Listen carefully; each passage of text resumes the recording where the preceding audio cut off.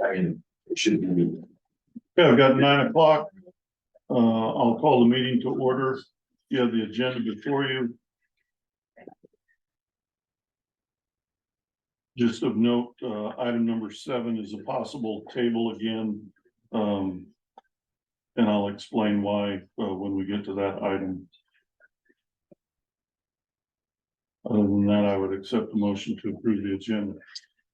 I'd make a motion to approve the agenda, but I would like to table items 9 and 10. Last week I had discussions with Summit and Go Legal on some of their concerns with the ordinance. And also, and it stems a lot of the crossings, and I think there can be some movement there. And just to kind of de-escalate things, what I'd like to see is if we could postpone this a week, which doesn't affect our timeline on this ordinance, but I'd like to see maybe Rick, it's your area.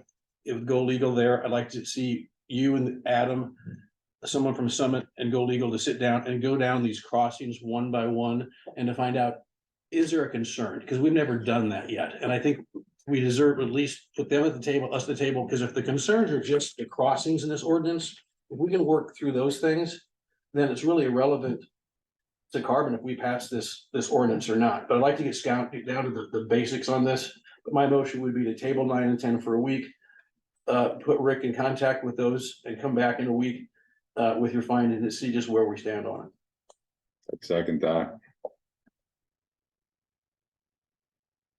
I would be opposed to that.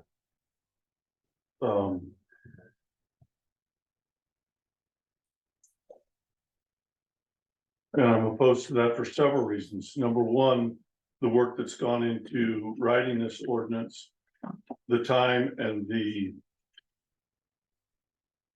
input that we've allowed from Summit concerning the ordinance. We delayed the first reading for a full week.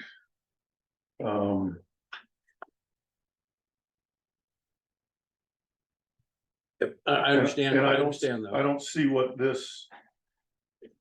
Are you saying that you don't like the ordinance as it's written? No, I think we're at a spot where both sides are polarized at one point where they're saying we don't agree with the ordinance. I agree, we need an ordinance. And the aspect of this is they're saying this doesn't apply to us. Well, a court will decide that down the road.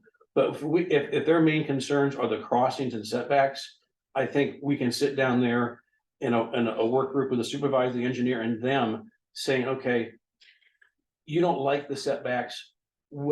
Each one of these crossings, what can we do? You know, it may be a non-event, it may be an event, but you know, at least at the end of the day, we've sat down at that point with the crossings, if that's their hot button, and we can resolve that issue, then there shouldn't be an aspect of the ordinance at all. I just don't want to go to the next level, escalate, and by doing it 1 week, we still have time under the plan that our normal plan, but I just like, there's no reason we can't wait a week and find out those details.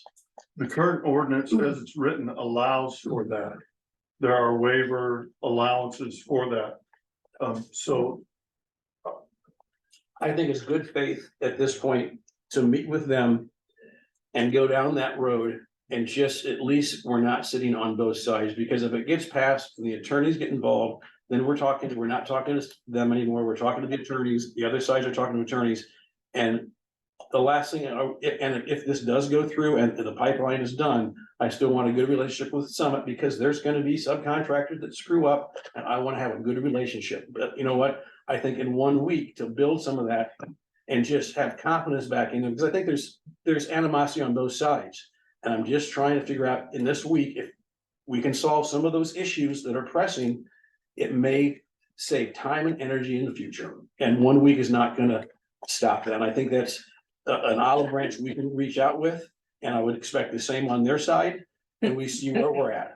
we've already, We've never again, I sat would down. reiterate that we've already done that. We've never sat down with them on the crossings. We've had the crossings for several months. We've never sat down with them. And I think that would be a prudent thing to do. And so why are we doing that now? Why haven't we done that? I was just aware of last week that we had not done that, or we didn't have the crossings. But I think at this point, I think it's a prudent idea to sit down for 1 week to find out what our big differences are. I would agree. And I'd like to get with them, the engineer and Summit as well, to find out what the main problem is. Then we find out, is it the ordinance or is it the crossings? I think that will solve a lot, we'll know a lot in a week. And we can, in the end of the week, we start it back up. But I think in a week, we can come back, at least it'll give me more peace of mind on making a decision. And maybe inform the board on items that we didn't know or the true intent what Carbon has. But I think 1 week should be able to show a lot. I have a motion and a second to table items 9 and 10. Is there any further discussion? Adam, do you have any input? No.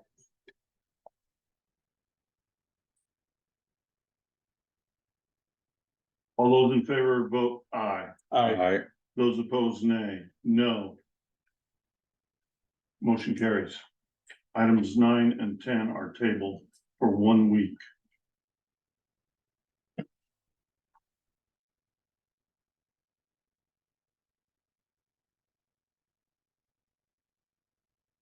I need a motion to approve the agenda. so moved. Second. I have a motion and a second to approve the agenda as amended. All those in favor say aye. Aye. Those opposed, nay. Nay. Motion carried. Betty, if you'll read the minutes from the July 31st meeting, please.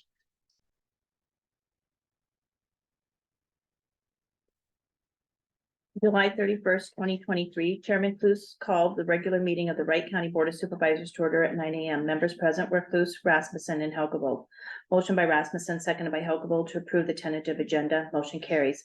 Minutes of the previous regular meeting of July 24th, 2023 were read and approved. Approved claims for payment. In open forum, Bob Ritter spoke about the Summit Carbon Solutions pipeline and the drainage district tiles. Comments were made by Isaac Risso with Summit Carbon Solutions Construction. Adam Clemens, Wright County Engineer, gave an update on the secondary roads. There were 15 work orders completed last week. Blades were pulled last week due to dry conditions. Mowing of the granular routes is complete in zone 1 and 3, with zone 2 being 75% complete.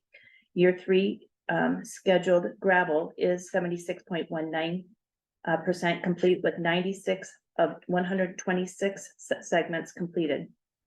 The Board of Supervisors will now act as drainage district trustees for the following matters.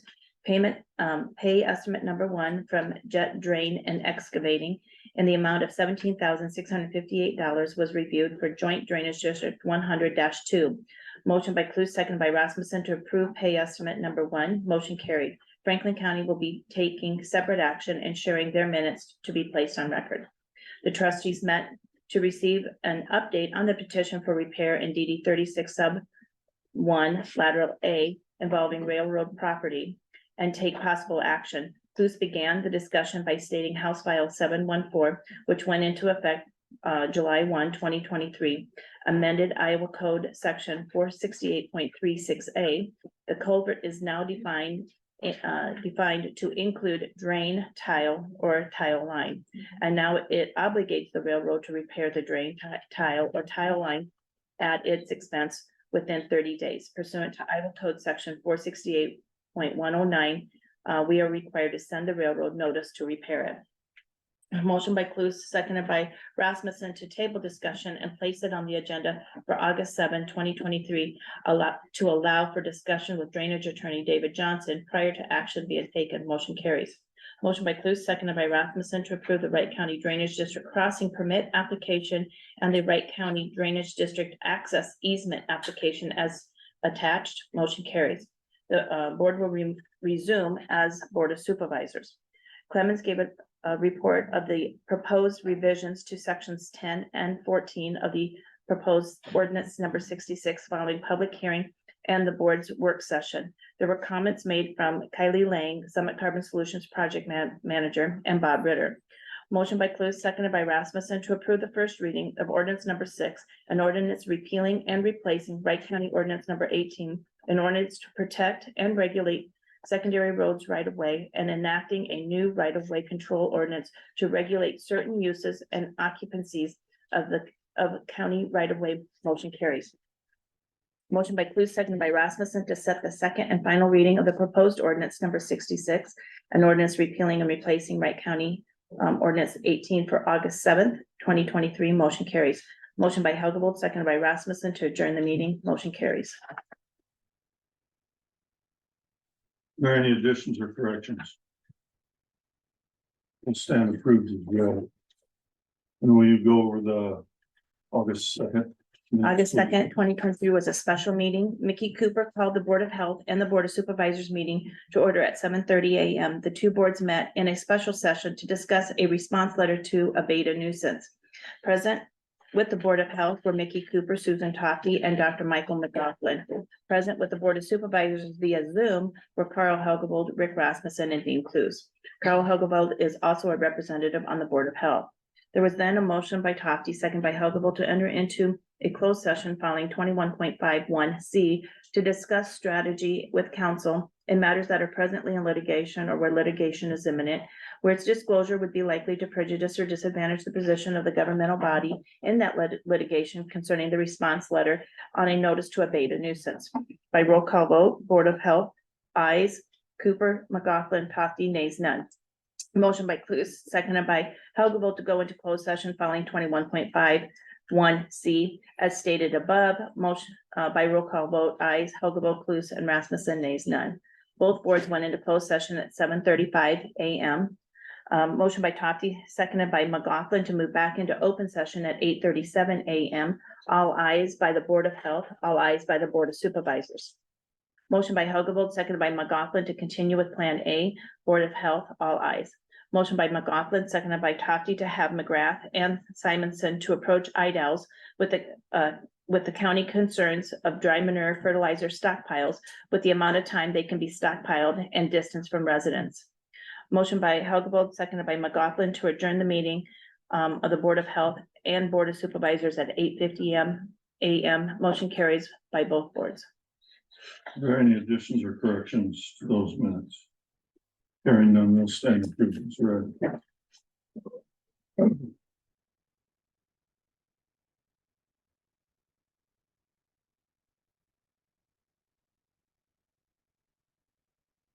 Okay, claims are around. I think there were 4 or 5 signatures. Open forum for public input. I have a concern with tabling items on the ordinance number 66 and tabling that. I think that the Board of Supervisors and the engineer and the attorney had worked very hard on the ordinance. And I understand that maybe there's some crossings that should be looked at, but to change the setbacks and to change everything is like the fox guarding the hen house. And I believe that I know that the engineer worked very hard with our attorneys on setting these numbers and trying to get it so that the citizens of Wright County are safe and traveling the roads. Anyone else? Yes, Robert. I would just say, alcohol that he did there.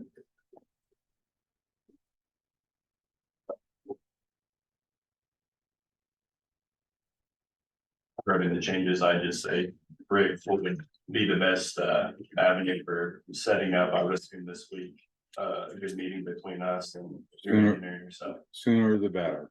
Okay. You want to set that right here after the meeting? Yeah, we get together after the meeting, figure out a time. Thank you. Any other public input? Cause I'll get with Adam too, so with him as well. Yes, sir. Okay, item 6. Tony Nicholas, Wright County Assessor, to present additional homestead credits and age 65 plus homestead exemptions for approval or denial. Morning. We had some applications that were postmarked June 20th that we received July 31st. I know there's been some issues with the mail. Sometimes it goes into somebody else's box and they don't check it right away, so then I don't know what happened, so. I'm just presenting those with our recommendations to allow on those. Any And, denials? not on the ones we received Yeah. that were postmarked. The other one was, there was one that came in on the Secretary of State website. They stated that they were not a family farm LC. They called me and said they were actually a family farm LC and they checked it wrong. So we looked into it, they refiled. And it does go back to the original effective date of when they originally filed that form. So we had originally recommended disallow, and based on the new information, we are recommending to allow it. And that information's been changed on the Yes. Secretary of State Yes. website. And that is available on the state website now to see, and it says the effective date of February on Okay. there too. And then there were just a few others, one had changed their mailing address to an out of state. So we had called the Belmont City Hall and confirmed that they are renting the property, and so they would not qualify. And then another one we found out is living in an apartment, and so they would not qualify either. So just a couple corrections that we had noticed, and if you have any questions, let me know. Okay, thank you. I would need, Hopefully, we won't receive any more okay, like I would need a motion to approve those items. So moved, Approve or disapprove as recommended by the assessor. so moved. Second. I have a motion and a second to approve or disapprove upon the assessor's recommendation, the homestead credits and 45+ homestead exemptions. All those in favor say aye. Aye. Motion carried. Item number 7, 9:15, review and act on tabled agenda from July 31st to receive update on petition for repair on DD 36, sublateral 1A, involving railroad property, and take possible action.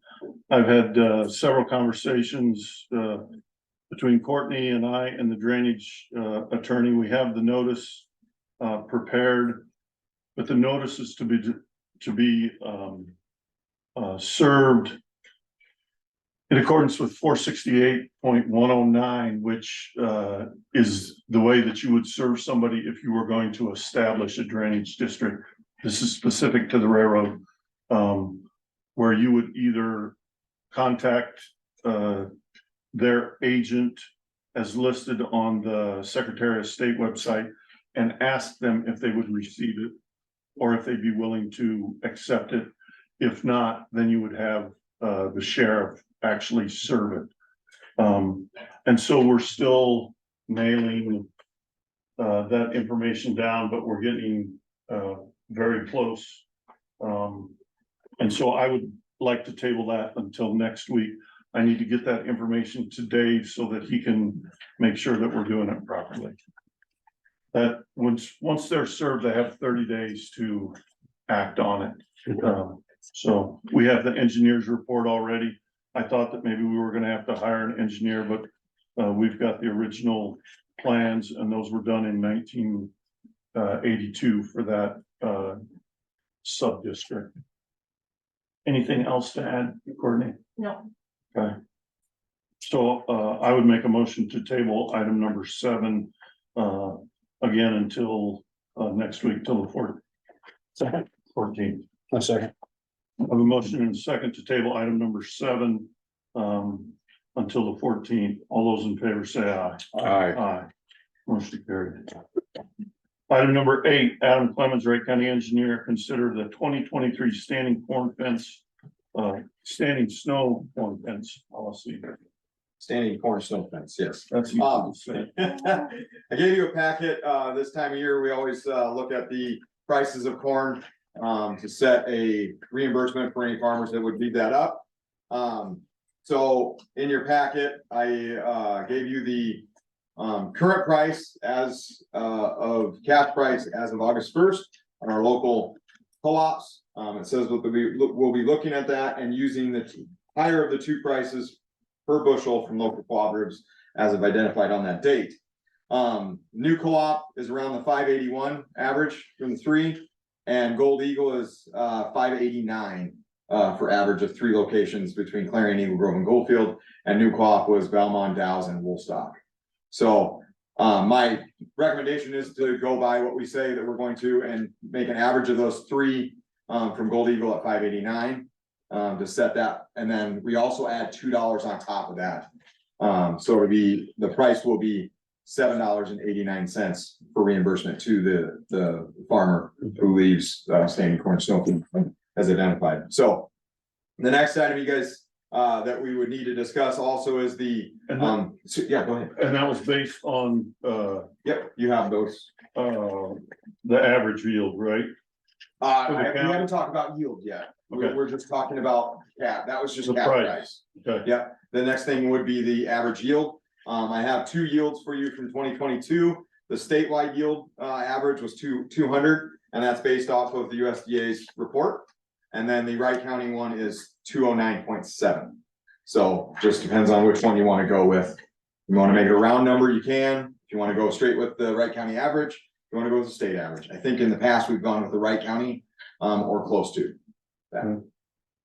We want to encourage this. Correct. We used it, last year didn't get used much because the locations that we had from the previous year went to beans. Right. So it makes it was, we don't put beans out there, we just use the corn snow fence. So we had to go out last year and make snow when we had the ability to go out and make snow in those places. So. Would you happen to have a total expenditure from last year or? Last year was, Nothing? nothing. Okay. And then the year prior, I could get you that. Okay. So. Any questions concerning this? I'd rather go with the Wright County average, the 209.7, You want to round it like 210? 210. Yeah. Is that okay? Yeah. Good. Rather than a decimal? Yep. Okay.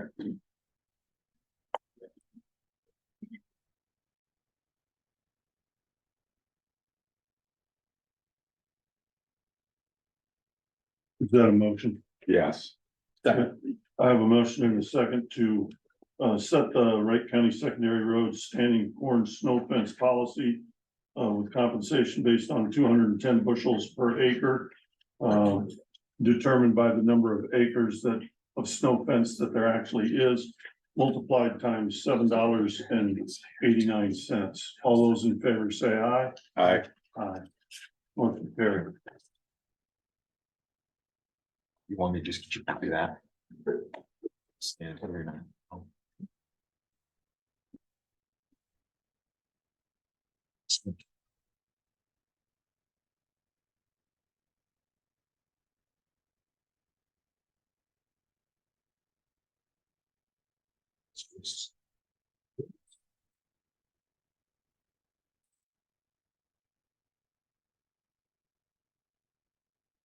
So if any farmers ask about it or tenants, ask about it, they can contact the engineer's office and we'll review that location.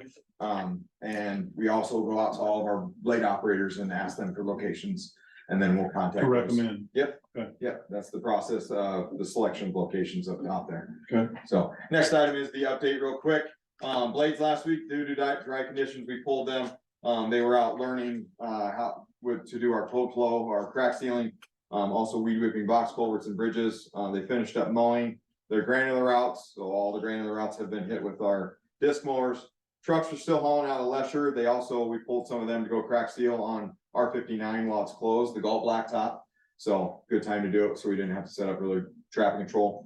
Work orders, 27 of those were completed last week, 14 being repairs on vehicles. Obviously, when downtime and the vehicle's not being moved, we try to get to them as soon as possible and have a lot of work to do. Granular update, 104 out of the 126 have been completed. We're waiting for Wright Materials to put up some material for us. We're still working out a gradation with them. So they've been trying to nail down a gradation with their different sieve sizes. So working with them that way. R59, the guys have been out. They poured the curtain walls and one half of the box floor last week. They'll be pouring the other half today, and then they'll be working towards the walls and the top. That's all I have. Looked like we were doing some repairs down on C70. Yeah, so that would be probably some of your tile or buildings and grounds and, today, as you're Yeah. saying? Yes, that's gonna be on next week's report. So Okay. they are doing some, concrete repairs that we had to blow up. Good. So. Any questions? Any questions? Oh, Thank you. Thank you.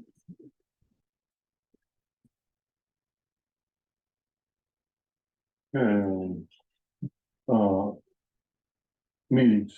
I had no meeting. Done. Okay. Line right ahead. Economic development tomorrow morning. Your health meeting is Thursday at 1 o'clock in my office. Okay. There, I had received some information in the mail and I don't know if I think it's still sitting on my kitchen table, but I'll bring it in. I wanted to make sure that Regine and the Trails Committee got it. It was a company I think that Adam is probably aware of. I know that there's concerns for the bridge across Yes, the White Fox drainage ditch there. These are, I think, former railroad cars, some of them up to 89 feet long. I didn't know if that was long enough that it would span that, if we got it up high enough. But I'll get that that'd be great. information. Appreciate it. Anything else? Motion to adjourn. Second. I have a motion and a second to adjourn. All those in favor say aye. Aye. Aye. Motion carried.